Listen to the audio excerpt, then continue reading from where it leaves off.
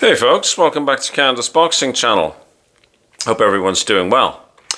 I'm going to head out and play a little bit of golf this morning, but while I was having my coffee, I perused the Ring magazine, and I saw something that didn't make much sense to me, so I thought I would ask the hive mind on the channel here and see if it makes much sense to anybody else. And that's concerning Connor Benn. Now, Connor Benn, as we know, has campaigned at 147. He had 2 fights at 154, and then he competed at middleweight with Chris Eubank Jr. So that's just to get it all straight in our heads, right? He lost against Chris Eubank Jr. Brave effort, absolutely. Thrilling fight, lots to like about it. Good scrap. No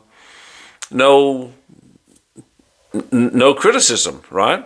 But he lost, and he said that if he can't get the rematch with Chris Eubank Jr., he would go back down to 147, and he would seek a WBC World Championship.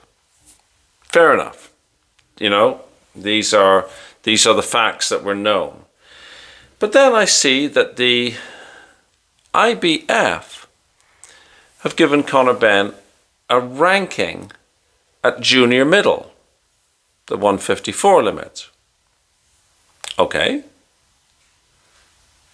But they're ranking him number 5. And I have to say that I struggle to understand how he's got that ranking, because he hasn't actually beaten anybody in that, the top rankings to get that ranking. Now, I did a video about rankings, I don't know, a few weeks ago now, where I just sort of, picked them apart essentially.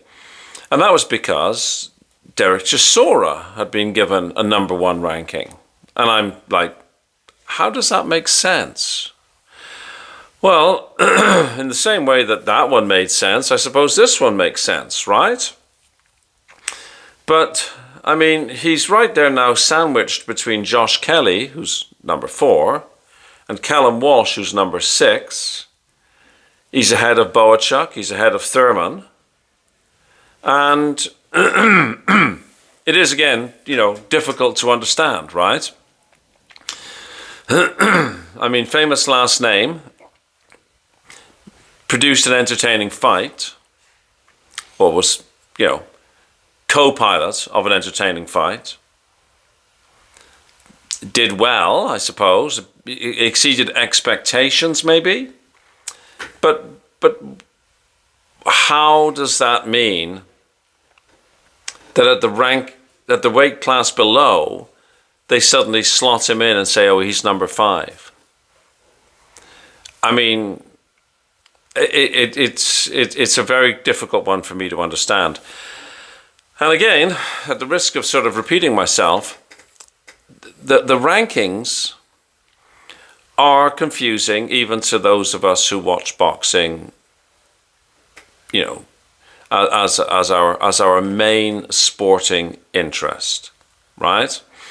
Even somebody who watches virtually every card will often get confused or roll their eyes at a ranking that a fighter gets. And I mean, it's frustrating because, we look and say, well, I can't really truly justify that. I sort of understand how it happens because of the politics and the entertainment part of this sport. But I think it actually has a bad overall effect because, I'm going to be golfing this morning. I'm going to golf with a buddy of mine who is a very casual fan of boxing. He's sort of, if it was somebody famous fighting, he might watch it. Or he, it's almost like if there's nothing really else on, he might watch it. And, you know, the conversation can easily go down well, who's the best in the world right now? Or who's, you know, top dog at, you know, this division or whatever. And it's always hard to explain because you have these anomalies where somebody is getting a ranking that, you know, even you and other sort of, you know, very keen fans find difficult to explain. So to explain to somebody who's a casual fan that, look, it's almost like they've picked a name out of the hat, I think that has a bad effect on how boxing is perceived, like the credibility of boxing.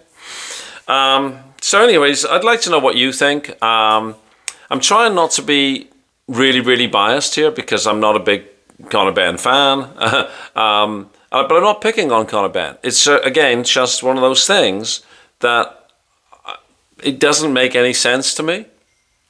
And so if somebody can say, well, what you have forgotten is this particular calculation that they engage in, it'd be like, wow, okay, thank you. Whew, that cleared the air for me. But it seems to me that this is a case of the metric that's forgotten is money. And that, you know, one can obtain a high ranking by essentially lobbying. Whether that lobbying is accompanied by coin of the realm or not, I don't know. But it doesn't seem to be based on a solid metric of, okay, you're number 5 now because you just beat number 6. And really, that's how it should be, in my opinion, anyhow. One guy's opinion. But what's more important is what your opinion is. So please let me know in the comment section below. Does this ranking make any sense to you? Why do you think it's done? And who do you think Connor Benn has beaten in order to get this ranking? And then possibly ask yourself the question, if he loses a couple more fights, do you think maybe they can give him a championship just because? Who knows? Anyways, please like, please share, please subscribe, and I will see you on the next video. Thank you for watching. Bye-bye.